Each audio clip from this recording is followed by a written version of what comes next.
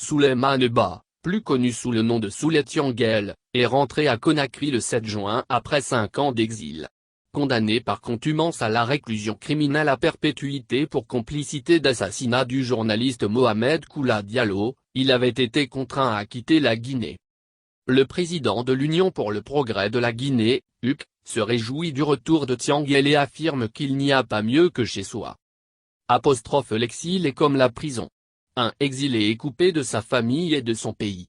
Chacun aimerait vivre dans son pays indique Jacques Bonimy au micro de Vision Guinée. Politiquement, dit-il, on ne peut pas tout dire.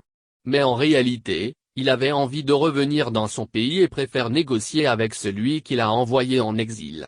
La façon dont même il a été accueilli à l'aéroport par le chef protocole du président de République prouve que c'est une négociation qui a été faite en dehors du cadre normal de l'opposition et même de son parti.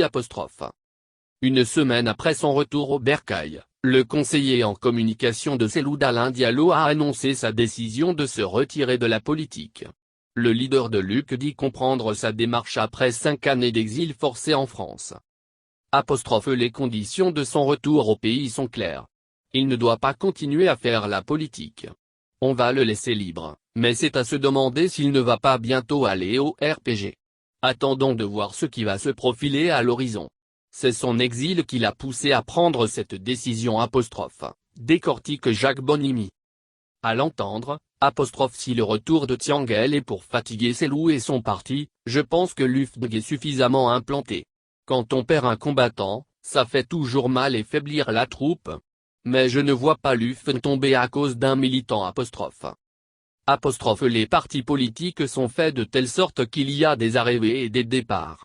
Ma dernière conversation avec Cellou me rassure qu'il y a beaucoup d'arrivées à l'UFDG ajoute-t-il. Il admet toutefois que la décision de Tianguel va moralement jouer sur ses collaborateurs directs qui animaient la vie du parti sont en prison et parmi ceux qui sont au dehors. Mais le parti UFDG doit être plus fort et s'adapter à la nouvelle situation pour continuer le combat. Parce que le combat politique ne se limite à une seule personne.